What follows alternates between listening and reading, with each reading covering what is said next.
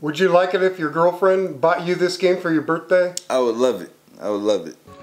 By rolling the dice in this throwback to the 70s game, work your way to a Latin American city to make your kilo purchases.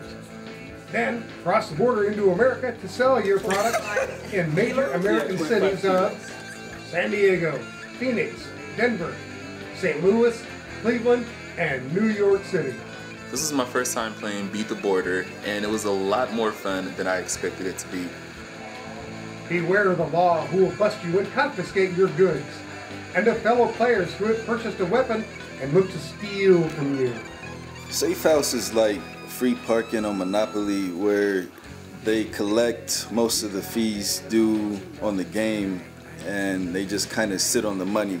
The Safe House was dangerous because it made you say either I'm gonna hold on to these keys and make it over in this Tetris area where I might get arrested, but I might also get the Safe House, or you could not have any keys and say I'm just gonna keep rolling and try to make it to the Safe House, but then you're not making any money because you're not selling any keys.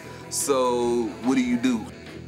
Option cards include a lawyer, a gun, and fake ID. Oh, lawyer!